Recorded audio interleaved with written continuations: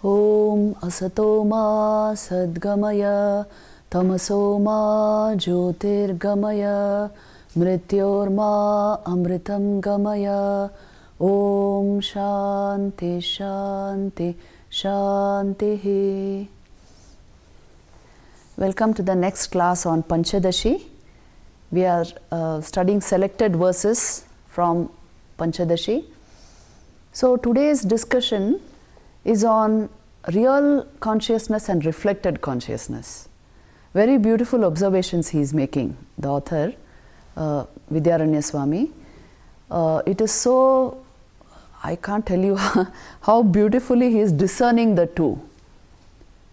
And I would like to start with a conversation which you find in the Gospel of Sri Ramakrishna, where this similar idea is coming, and Sri Ramakrishna also gives very profound pointer.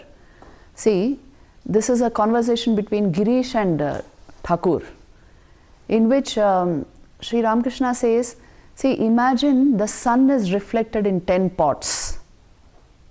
You must have read this. 10 pots and which are filled with water. So you have that small sun reflected there, that bright little sun in the water. Now if you break, how many suns are there? 1 sun and 10 pots, so 10 reflected suns. Now if you break the first pot, how many suns remain? 1 real sun and the 9 reflected suns. You break the second pot, 1 real sun, 8 reflected suns. Suppose you break the last, all the pots and the last pot, then what remains? Then Girish says, why the real sun remains? Then Thakur says, nah, what remains, remains. The proof of the real sun was the reflection in the pot. When you have destroyed the pot, you do not know what remains, but whatever is there remains over. Right? Now see, apply this internally to our own experience. We are understanding consciousness through the mind. Mind is like the pot, and there is a reflected awareness there.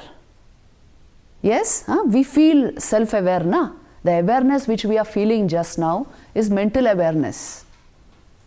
Through that we are trying to experience the pure consciousness which they are talking of. We have no other way. We have no other way. But when they are talking of breaking the pot, and then what is real remains over, it means transcending mind in whatever you say, samadhi or nididhyasan, transcending mind, so that what actually is there remains over.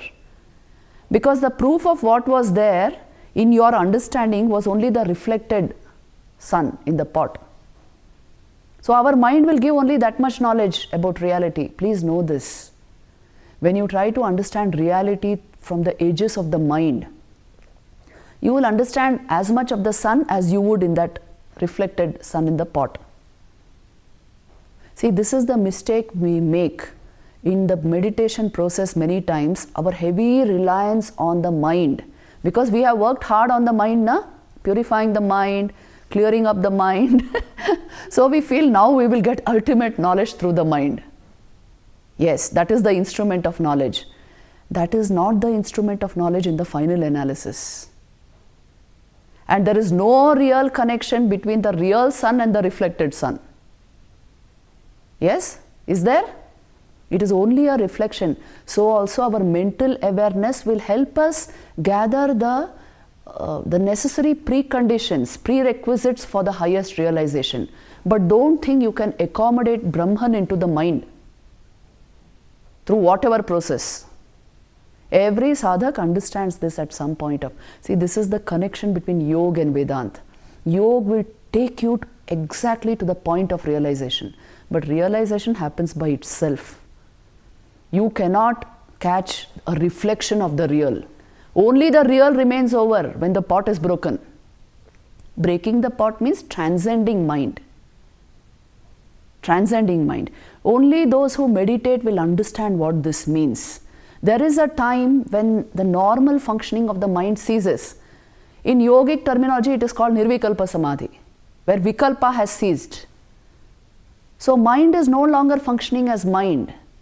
And the reflected awareness there was only an abhas, isn't it? See, another name for that is chidabhas. Chit ka jo abhas deta hai, that is chidabhas. But it was only reflected awareness there. It contributed to your mental awareness. But when you drop mind in full consciousness, only full consciousness remains over. The real sun will remain over. Ja ache seta bola jay na, Thakur says. What is there remains over, but you cannot say what it is. Because your interpreter is the pot, it is the mind. Now you drop that. See, the state of the highest samadhi, or whatever you say, the highest opening into realization, is that knowledge where you understand consciousness alone is. Not that mind was there and I was catching the reflection of consciousness there. No. Because mind is the name of that receptacle where you are seeing reflected awareness.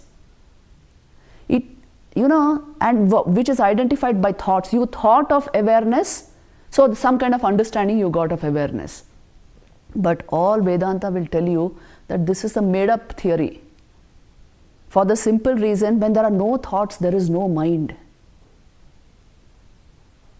So that, it is not abadhita satya, which means it is negatable in your experience. When there are no thoughts, there is no mind. The criteria for reality in Vedanta, it should be abadhita, which means unnegatable under any circumstance, by any means, in any of the states of your experience. Mind is perfectly negatable. Check out and see. When you have no thoughts, you have no mind. So mind is just a name you are giving to the matrix that holds thoughts. When you stop the thought process, there is no mind, but awareness ever is. Even to recognize the absence of thoughts, awareness should be there. It must have been there. And not inferentially. For the yogi, it is experiential. This whole thing. Are you catching my point? So then, how will you see this? That is why you see Thakur gave that kind of an answer. That what remains over, remains over. You cannot say that it is that sun. Because you were catching the proof of that sun only in the reflected pot. Brahma ki mukhe bola jay na. What is Brahman? You cannot catch it in your understanding. You cannot catch it in your cognition. Nobody can be that smart that you can catch Brahman in your cognition, cognitive process. Cognition means thought form. You cannot catch it in that. Very sorry. The mind and the thought is getting illumined by that awareness. So at some point in the process of inquiry or meditation, what you are normally calling mind will drop, and what is real will remain over, and only consciousness was real, not your mind. So don't try to accommodate Brahman in the mind. That is why Brahmavid Brahmaiva bhavati, not Brahmavid Brahma janati.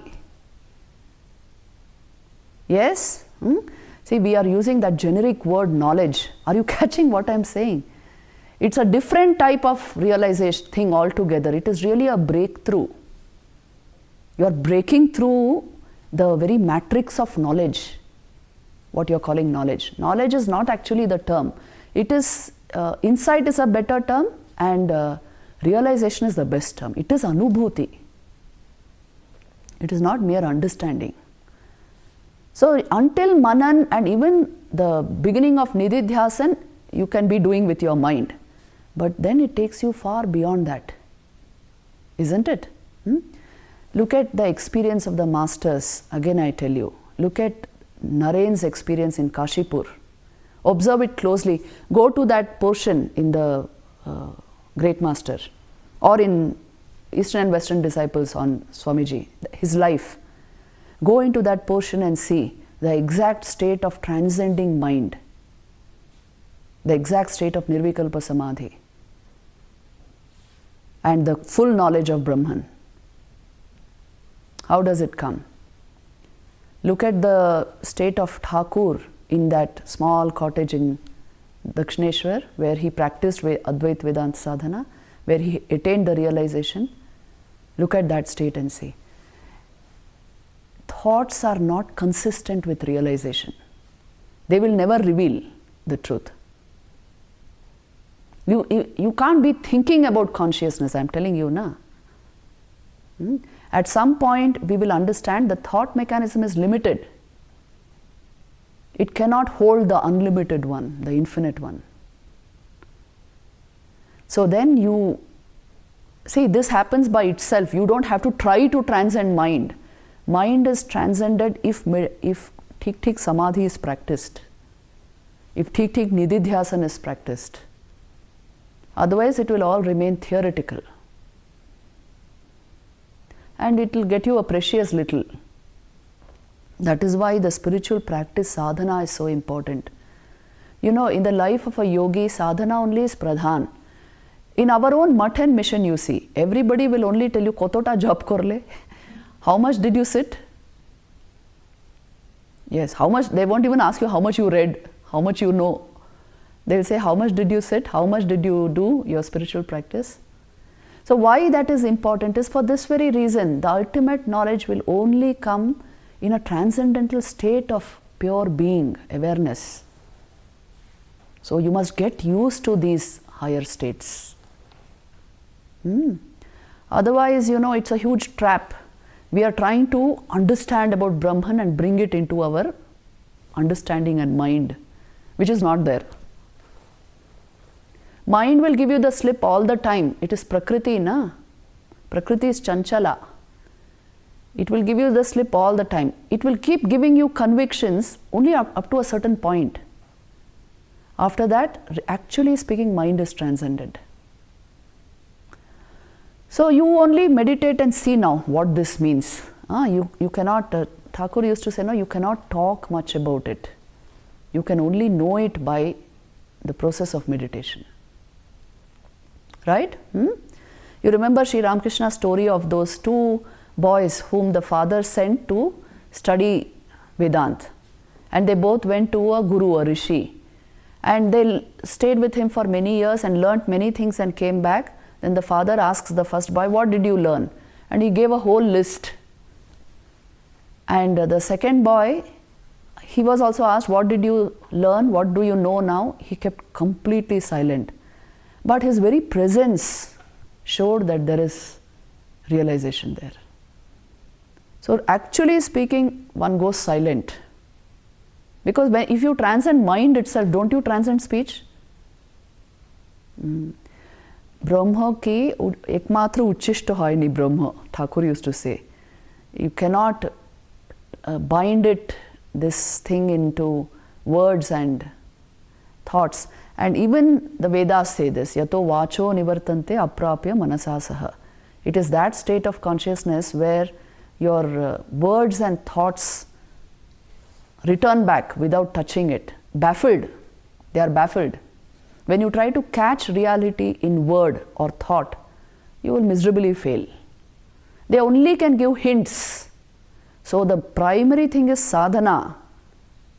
Right? See, this Bhamati school of Advaita Vedanta will insist on this only. The meditation process, it itself will teach you how to proceed. So if there is no sadhana, you are not going to know it. That is the simple thing. That is why I insist here and all, no, to whoever comes. We will have 2 classes. Rest of the time, concentrated attention on the goal. Yes, complete attention is sadhana, tapasya. And dwelling on this constantly and meditation. This you have to do. So now you see, he is going to point out 2 very nice things. Profound aspects of how to know the Kutastha, the real Sakshi.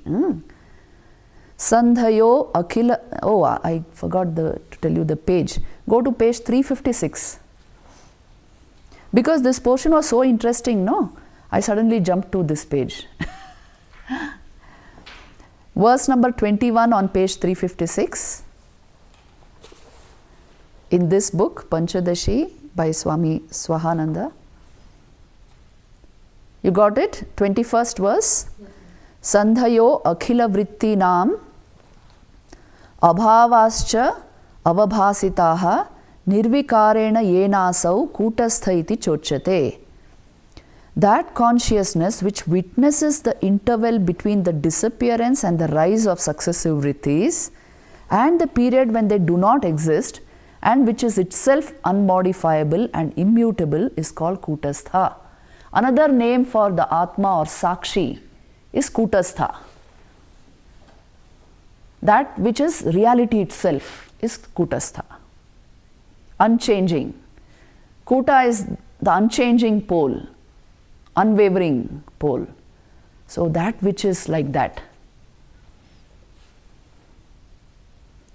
See, Kutastha is like a kuta, the anvil of the blacksmith. Doesn't shake. So now he is telling us that consciousness which witnesses the interval between the disappearance and the rise of successive vrittis. You know what is vritti? Those modifications of your mind which are called thoughts. Now there is something which knows the gaps between thoughts, between your thinking. Do you know? Check and see. Huh? See, we knew very well yesterday night how we were talking of this, we were discussing the gospel, all this we were doing, and then we fell asleep. So huge gap in your thought process, right? Then morning again, you started your meditation, you started your work, right? So now who is it who knows this gap? The state of deep sleep, who knew it? Who was there to know it? And when we are restlessly thinking something also, it knows. When we are calmly thinking also, it knows. And successive vrittis are identified only because there is a underlying unchanging substratum to it, which is called the Kutastha. And it also detects the absence of vrittis. Deep sleep, absence of vrittis, isn't it? Deep meditation, absence of vrittis. And when else is there an absence of vritti? When you are stunned into silence by the beauty of a sunset or sunrise, by Vedanta, that time also there is absence of vrittis. Please see. Or in the state of coma or anesthesia, there is absence of vritti, but the subconscious can still be working. So you see, you are aware not just of the presence of your thoughts, but even of the absence of your thoughts. And you wouldn't be aware of the absence of thought if there wasn't an underlying awareness which is witnessing both. So that is called the Sakshi or Kutastha. See, the names are very significant. It is Sakshi means the eternal witness, unchanging witness. That is the self. Kutastha also means that which is not shaken by anything. That is the Kutastha. And the Sakshi or the Kutastha is not the Chidabhas. Right? But Sakshi is responsible for the Chidabhas. Right? The awareness that reflects off your mind. It is the source of that is the Sakshi only. It is the self. Is this correct? See, if there was no consciousness, you would not have mental awareness. So the proof of your mind working as it does and the luminosity of your thoughts, that itself, the proof of that itself is the self. Is this making sense? See, another nice example which they will give here, but we will go to that when it comes, is the mirror analogy they give to understand this. But this much we should understand primarily, that for our mind to work as it does, obviously there is some unchanging element in us. There is some unchanging substratum due to which I understand the changes in my mind. I understand the nature of the Chidabhas. Sometimes, your Chidabhas will be full flow. Sometimes it is very mild. Sometimes it is like absent. Have you seen the three states of your mind? Sattvic mind, Rajasic mind and Tamasic mind. When in Tamas, there is hardly any awareness. That's why you feel like doing nothing. When in Rajas, you're overactive. And when in Sattva, the luminous mind, the intelligent mind, the conscious mind. So you will gather knowledge in that time. See, knowledge itself means luminosity and intelligence. If the mind is sattvic, it will yield original knowledge. If the mind is rajasic, it will not yield original knowledge, but you will go to books. And if the mind is tamasic, it doesn't even want knowledge. Yes? The tamasic mind doesn't want knowledge. We are capable of all this. Depending on the density of your mind, knowledge will reflect off you. So the real worship of Mother Saraswati is not just on the Vasanta Panchami day you give some flowers. It is to keep the mind like that in sattvic mode, so that only knowledge strikes from within. That is the real worship of Mother Saraswati. Right? Amra rituals gulo, we have invented these rituals so that we understand these concepts through a karma, through a process. But if we don't understand this primarily, then what is the point? Mother Saraswati is nothing but that light of awareness which illumines the mind. Sri Ramakrishna says this very beautifully in Kathamrit, you know. Who are these deities? They are nothing but the light of Brahman with particular attributes. So knowledge, Mother Saraswati embodies knowledge most of all, the highest knowledge. So the real worship of her is to keep the mind so clean that there will be original knowledge. That is the worship of Mother Saraswati. एक तो फूल दिए देवा तो खूब सो जा ना. The ritual should lead to the illumination of the intellect. That is the whole point. So, you see, now he is going to go further into this.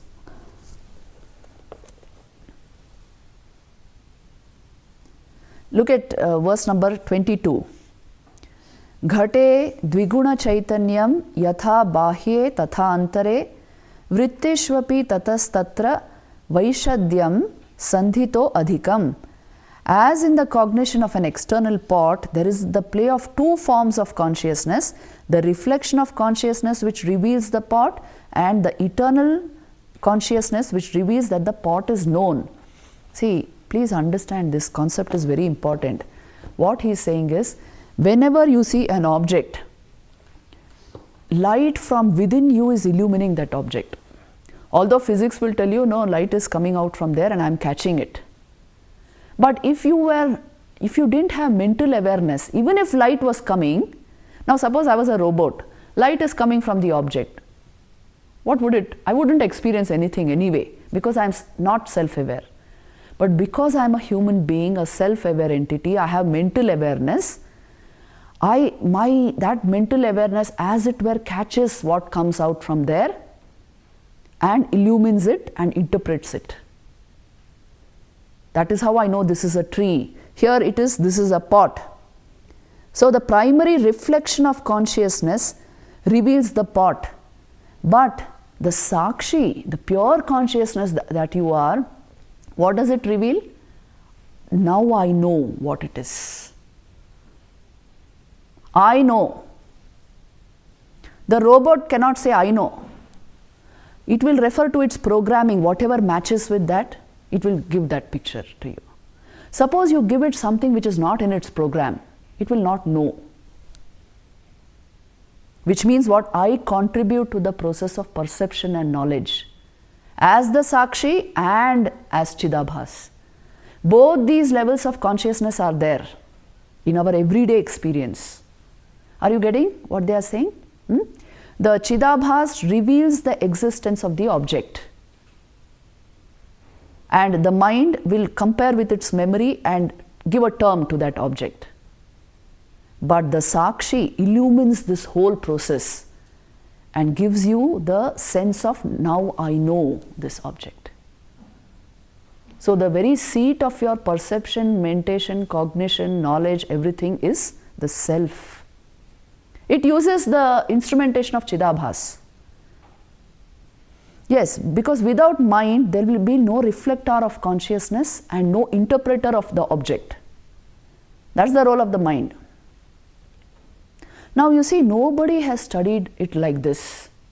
In physics also, there's a huge gap between how you are catching that electromagnetic radiation and how it becomes first person experience. See, your neurochemistry and electromagnetic radiation caught from outside is becoming a real life first person experience in real time and space. How? Physics cannot explain that. So you watch the video Mind and Perception.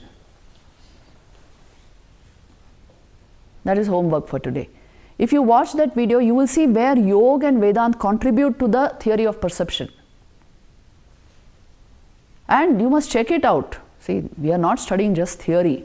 This is our own experience which has gone unanalyzed, because if there is no Vedantic thought, we will not analyze the deepest aspects of our existence. Yes, is this right? We will spend our time analyzing objects, the objective world. Here they are analyzing the very source of perception and how it takes place. So you see, both these types of consciousness are there. One is the real self, which alone is actually, but which reflects in the mind and appears as reflected consciousness, which is the first person to give you data. Your eyes sense, your egoism, works with Chidabhas. So it appears to be luminous and real. It is borrowed awareness. It has borrowed awareness from the Sakshi and appears to be conscious. So your mind appears to be conscious. Your ego, this ahankar, appears to be conscious. It is not really conscious. Yes. In fact, all of this is nothing but borrowed light. See, the moon, when you see here on Purnima, you cannot believe it is borrowed light. It is so luminous, shedding light all over the valley. Midnight, if you see, it really looks like some celestial divine entity. But it is all borrowed light. So also is our mind. It borrows the light of the self and appears conscious and self-luminous. And all of science is only coming till that point, studying Chidabhas, studying reflected light and mind. Mind sciences, life sciences, even consciousness studies goes only that far. Nobody is bothered about the Sakshi, because Sakshi cannot be known by mind. And we have taken mind to be the ultimate instrument of knowledge. Yes? So you see, from time immemorial, the realized were misunderstood. Jada Bharat story, no? People who had that highest realization, in our own times, Thakur was so misunderstood in the Dakshineshwar Kali temple. Some people used to call him crazy. So why, you are trying to only understand through mind. And they have gone far beyond mind. So the whole point is this, even that Hastamalaka Stotram is like that, When you try to understand, see, we must first of all understand the limits of knowledge given by the mind and how the mind functions. See, all this still falls under Sankhya, but by understanding that, you clearly see there must be a higher reality, which is expressing as mind. Because you cannot give ontological reality to that which has so much badha, negatability. Are you understanding that word badha which I am using repeatedly? Badha means, see, we call Brahmavastu abadhita satya in Vedanta. This is one of the criteria of reality in Vedanta. There are 3 criteria of reality. One is, it must be changeless. Second is, it must be eternal. Third is, it must be abadhita, unnegatable by any means. Then only it is real. Changeless we have understood. And eternal means not that eternally in time it exists, but it's beyond time. Time, space, causation are epistemic limits of your mind, Because the self is beyond mind, it is beyond time. In fact, time concept is found in consciousness and not consciousness in time. Isn't it? Check your own experience and see. They are making very important observations. And the third criteria of reality is it must be abadhita, which means not negatable in any of the three states of existence, not negatable by any logic of your mind, not negatable under any of the epistemic limits. It is ever persistent. And is your mind ever persistent? Tell me. Or your mental faculties, your will, your emotion, thought. Are ekhun ache kalke thakbe na ota. Your memory, everything is badhita. But abadhita satya means it is absolutely cannot be negated by any means. And that is only awareness. So we must be very, very sure of this. See, there's some sound coming.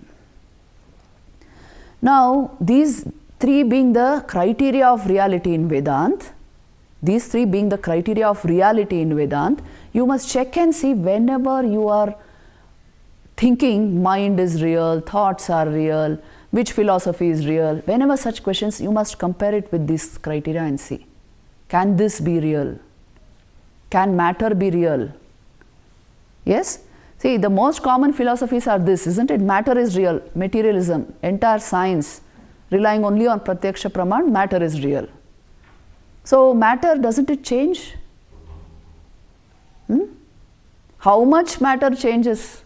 And your mind also is subtle matter according to Vedanta. That also keeps changing. So, both of these are badhita satya, temporarily appearing as that, not reality itself.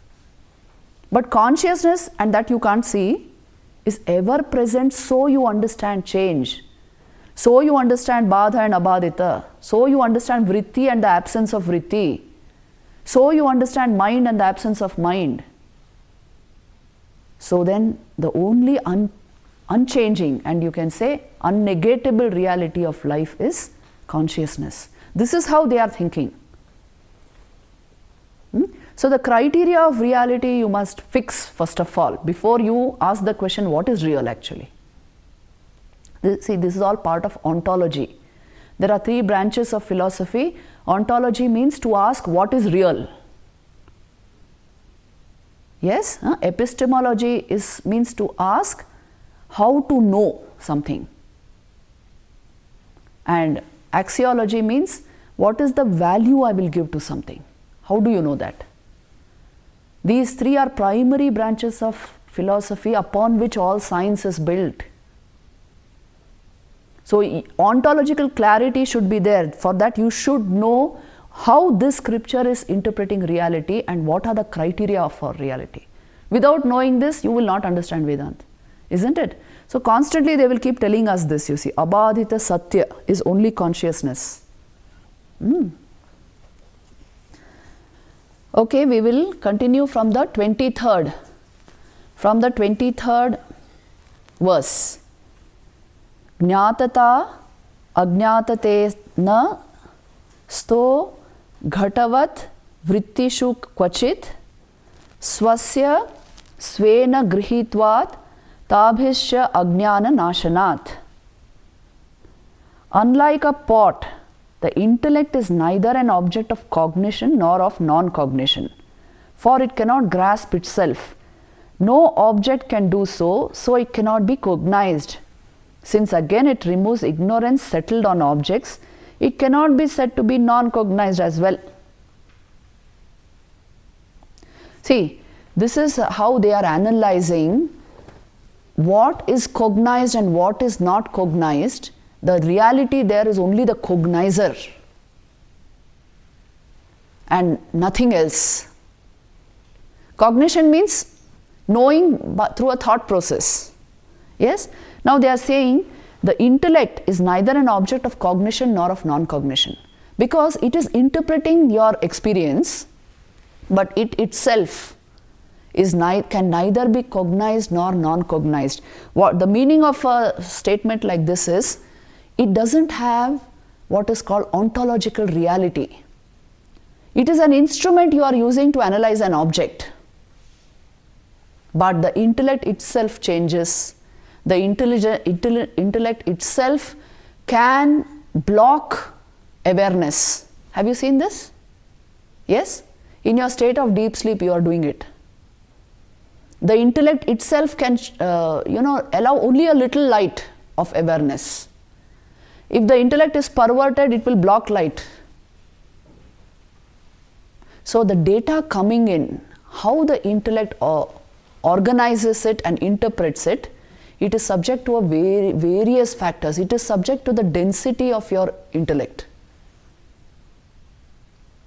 to the learning process, to education. That is why you see all of objective knowledge is actually paroksha anubhuti. It is highly mediated by so many factors you know. Only self-knowledge is aparoksha anubhuti. It is unmediated because you are turning the light of intelligence itself towards the self. No factors there. Direct knowledge it is. This is how they have seen it. Please see. If Vedanta is not there, in a person's life, he will think only this process of externalizing consciousness and knowing objects will be all of education. Here, it's a completely different level of research. Please see. And so deeply they have gone into it that they consider the normal learning process to be indirect. Isn't it remarkable? This is what they are saying here. How do you know the say of the intellect is final? Because it is not an object of cognition nor non-cognition. How do you know what your mind is saying is final? It is passing through so many phases. Again, you cannot say it's an instrument of cognition or non-cognition. But the supreme cognizer is never in doubt or question. The light of consciousness lights up the mind and intellect, and they appear to be self-luminous. This is the point he is trying to make again and again, pointing to the same truth. Now, you see, he will give very nice examples.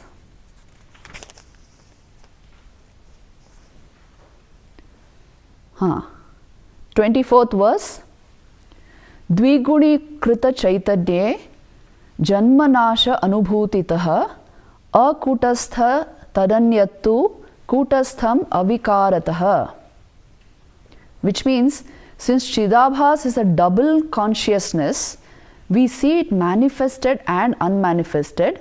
Therefore, it cannot be called immutable, kutastha, whereas the other is kutastha, for it undergoes no such change.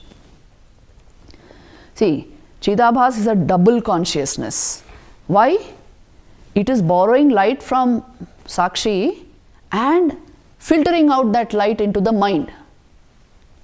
It is your mental awareness, na? And so mind is appearing to be conscious by itself, and even this Chidabhas. But none of them are conscious by itself.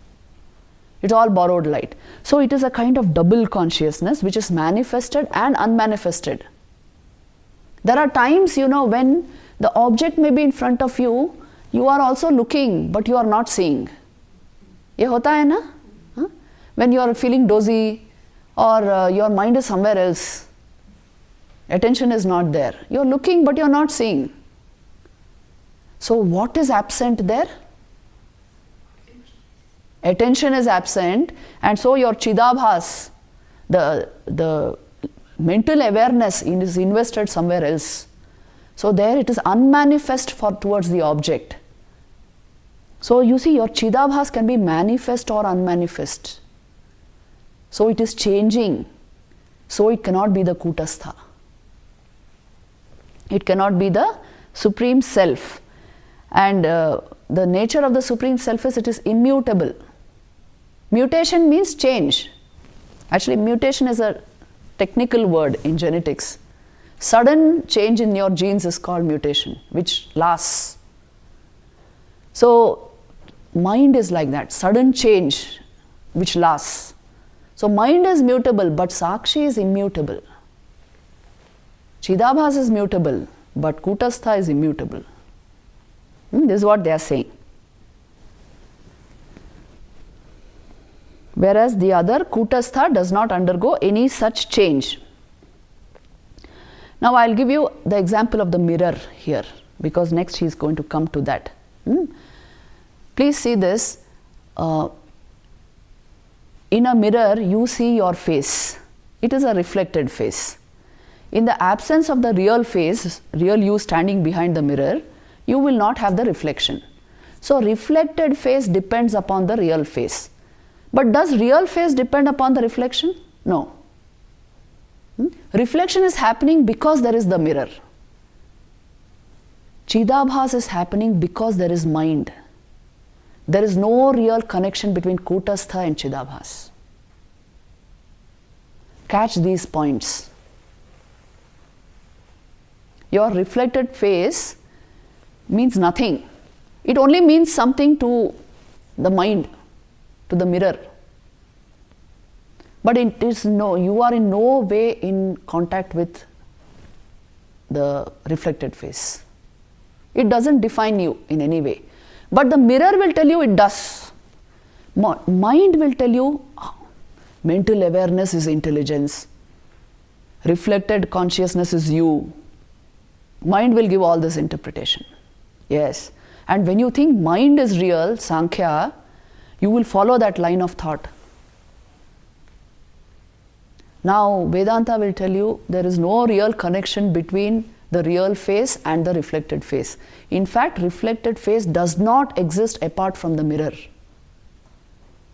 There is no real connection between the real face and reflected face. So there is no real connection between Sakshi and your mental awareness. That is why your mental states are as much an object to the Sakshi as any other object outside in physical space. And they object to consciousness. They are not conscious by themselves. The very definition of object, Arindam Chakravarti's definition is, an object is that which objects to consciousness. So don't mistake the reflected face for the real face. Don't take the mirror to be the real thing. That is what the message they are giving.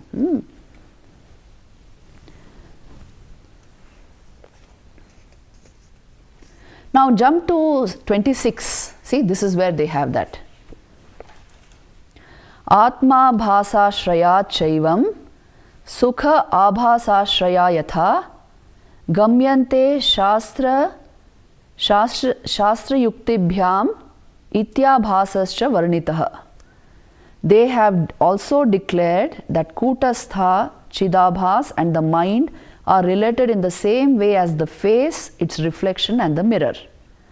This relationship is proved through scriptures and reasoning. Thus Chidabhas has been described. Yes? So we have understood the relationship, right? Now tell me, what is the relationship between Chidabhas and the mirror? The reflected face and the mirror. Is there a relationship? Think and tell. Oh, you got it wrong. If the mirror is not there, Chidabhas will not be there. So there is a relationship. Which means your reflected awareness is it's a mutual delusion that it connects with the mind. If you confuse your reflected awareness, which is mental awareness, as Atman, it is a huge delusion. They are telling you that. Many people think that way, Oh, in my meditation I felt intensely the mental awareness by which I know. So you see, that is the Atman. I have Atmagnan. No, false. You saw it in your mind, you interpreted it through a thought process. It is nothing but your reflected face.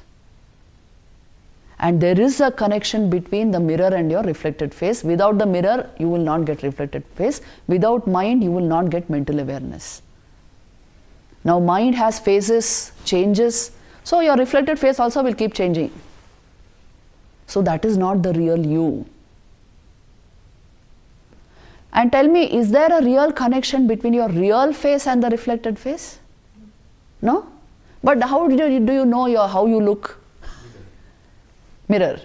See, this is the problem. If you say, I require mirror to know how I look, oh, that is because you are thinking of yourself as an object. Actually speaking, there is no connection between the real face and reflected face. You don't require a mirror to know how you look. You require a mirror only to know how you appear to the world. To know how you are, you don't require a mirror. Actually speaking, think and say. To know how you are, you only require a clean mind turned inward, and you will know you are Brahman. But how you appear to the world, your reflected face, to know, you require mirror. So no real connection between you and the reflected face. Right? So here, that's why we don't give you mirrors. In Pangot, no mirrors. So you, after some time, you'll forget how you look, which is very good, you know. See, when you don't have an ordinary already existing notion of yourself, a concept of yourself, you will make the inquiry more piercing. Who am I? You will come to original knowledge. But if you already have a concept of how you look, you won't come, your mind will delude you. Swamiji used to say this, you know, when I say I, if the image of my body appears in my mind, so long I am only a dualist. I have not yet come to non-duality. But when I say I, if the picture of my body does not appear in my mind, but a deeper sense of I am comes, I am coming to non-dualism. So Vedanta not so easy. You must remove the mirrors. To introduce us to ourselves, you need to remove the mirror. And then if you become so super smart that now you know what is Kutastha Sakshi, then you can keep the mirror, no problem. You can function as anything and you won't get deluded. But during the period of sadhana, you must remove the mirror. Otherwise, your concept, your notion of your personality will overpower your mind and remove this sense. Isn't it? So practically, that is why you see, Vairagya is Jnana. Raman Maharshi used to say this.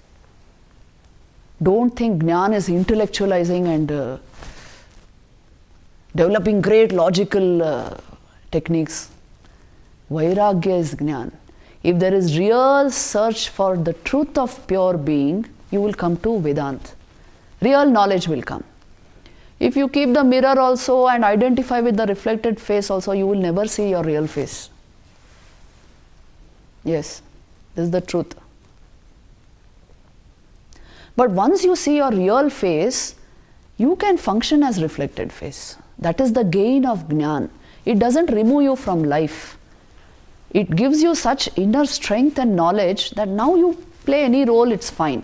But without getting that real glimpse of your real face, you will remain deluded if you keep the mirror with you. Mirror, mirror on the wall, mind will say this only. So take care of this. Our sense of persona is to be shaken. See, you built it all your life, isn't it? Most people life is about building personality. You built it all your life. There must come a point when you want to analyze it now completely. See it for what it is. You will see it is poof. It matters nothing to anybody but you. Only to you it is big. To your own neighbor, to your own family, it is nothing. It hardly matters. So when our persona is so quirky, so insignificant, at least you must inquire after what is it that is being personified. So take care of all these things. That is why these ideas are here. And you will see if a person is able to shake off the sense of persona, a deeper sense of his being arises in him. This is the way to become really humble, you know. Humility is not an act. Humility is unself-consciousness. So a deeper sense of our real being will spontaneously come out, and real sensitivity to knowledge. Knowledge, that is why it liberates. It liberates you from the ego. If people are thinking, well, Vedant will make me arrogant and egoistic, that means you don't know anything of Vedant. Then only such stupid thinking will come. If there is real Vedant, you are liberated from the ego within yourself. It will show in your personality. They become impersonal. Any great leader you will see, means one who has developed the inner life, he has become impersonal. So he never remembers the works he has done. Swamiji was like that. You remember? See, Josephine MacLeod makes this statement. I think it's Tantine only, no? She says that when I first came to Swamiji, see, I had read about the Tsars of Russia. Whoever went to them, they got an idea of how great this man is. But when I came to Swamiji, I only got the idea how great I am. Because Swamiji was so impersonal. They will resurrect the real I in you. This Brahman consciousness. Lift everybody to that level because they themselves are perched on that level. Such a person cannot be egoistic even if he wants to be. Because his sense of I has changed, na? It's not the ego. Something else has caught hold of him, as it were. So you see, impersonal, the real personalities are impersonal. And the highest sattvic powers of this world have been impersonal. Check and see. Thakur Ma Swamiji ke dekho na. In the language of bhakti, we will say, naham naham tuhu tuhu. But the actual fact of first person experience of a jnani or bhakta is impersonality. He has no sense of persona. But deep sense of I am. And that I and am is not persona, it is divine consciousness. So this is the natural state of all spiritual leaders. Somebody asked the Buddha. Buddha was always radiant. No?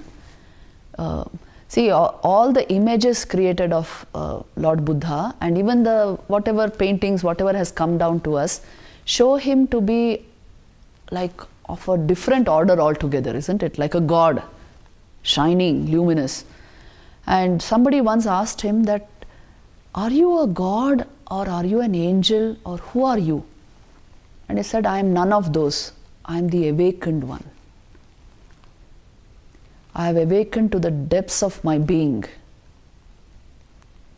See, the great spiritual masters are the real leaders of the world because they have transformed minds over centuries, millennia.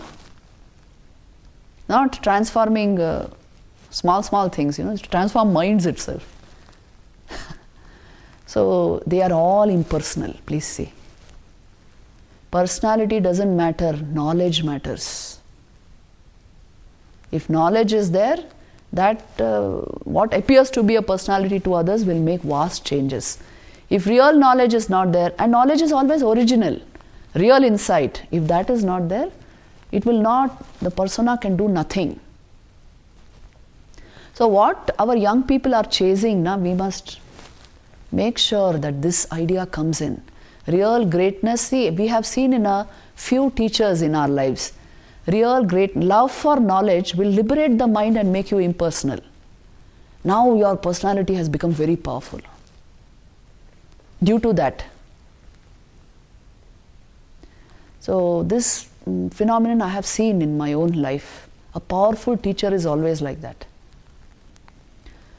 So if you want to convey an idea, you must be immersed in that idea. Then only you can convey it. Otherwise you can't.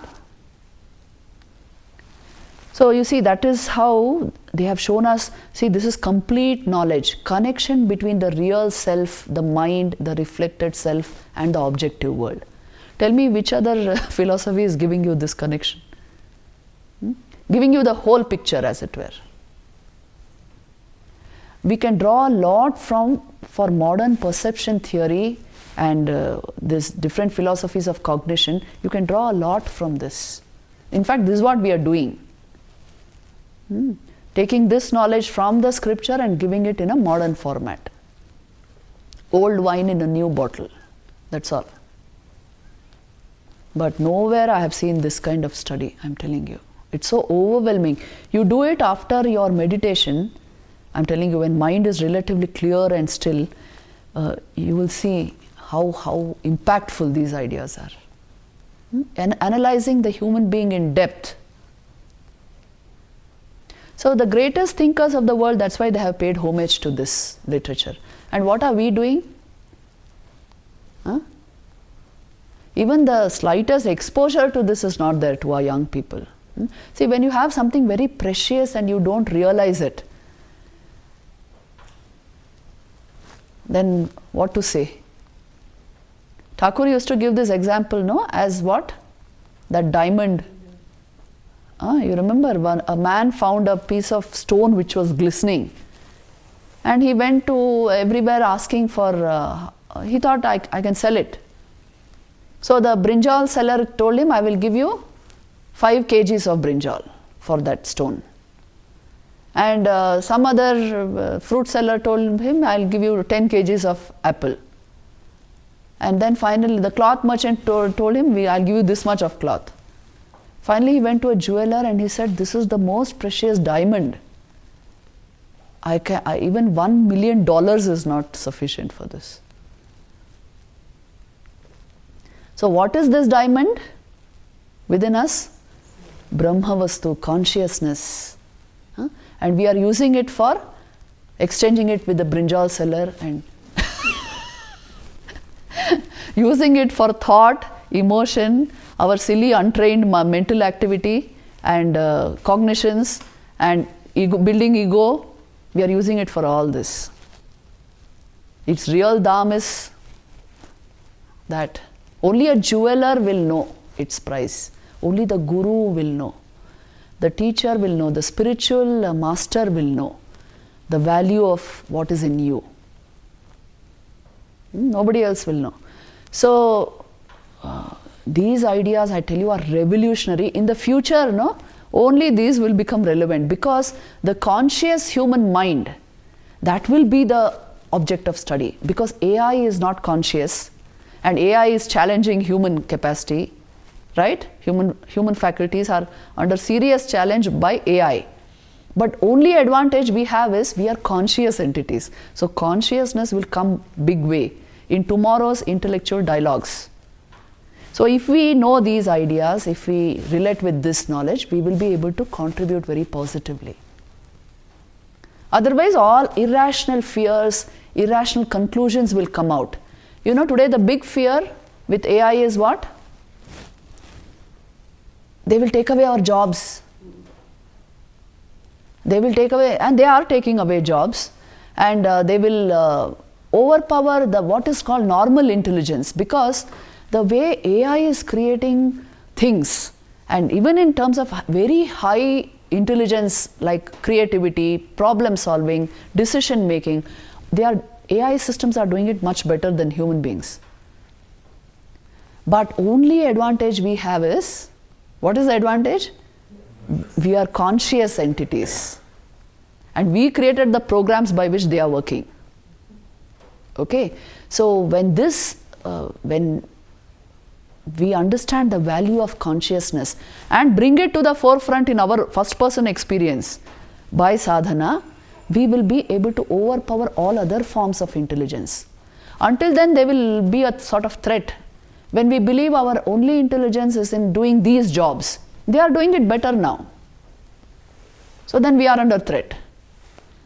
So that time we will understand that then our time, our energy can be invested in things which unravel higher consciousness. So we don't have to sit and cry, oh, my job is going away. I will invest my time in better things. Isn't it? See, if you have sadhana at the background of your life, whenever you find time, you will intensify it. You will go deeper and deeper into this. But if there is no sadhana, you are at the mercy of the creations of AI. and you find them a constant threat to your ego. So you see, as things develop, consciousness studies in this way will come big way in helping humankind. And then we will definitely become more sensitive to whatever awakens higher consciousness, which is nature. We will become more sensitive. That is the way to address climate change in today's world. As long as we are only running after infrastructure development and more school and college and entertainment, what are you going to teach in those schools? You are going to teach don't cut trees. If sensitivity to nature comes, all knowledge comes by itself. So this has to be done anyway. For our own survival, now we know this has to be done. So all of these things are connected. This is what I'm trying to say. Artificial intelligence does not have first-person conscious experience, so it does not experience anything. For that reason, it cannot take the ultimate decisions of survival for the human species. It is not capable of it. So we will be doing all that. And they will work for us. That is smartness, isn't it? AI will work for the human being and not substitute the human being. So there is no substitute to this knowledge, please know this. AI cannot substitute the teacher in classrooms. It's a totally different faculty of perception, this Brahma Vidya, which AI can never replicate.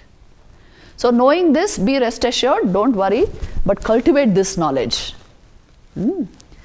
Om Shanti, Shanti, Shanti.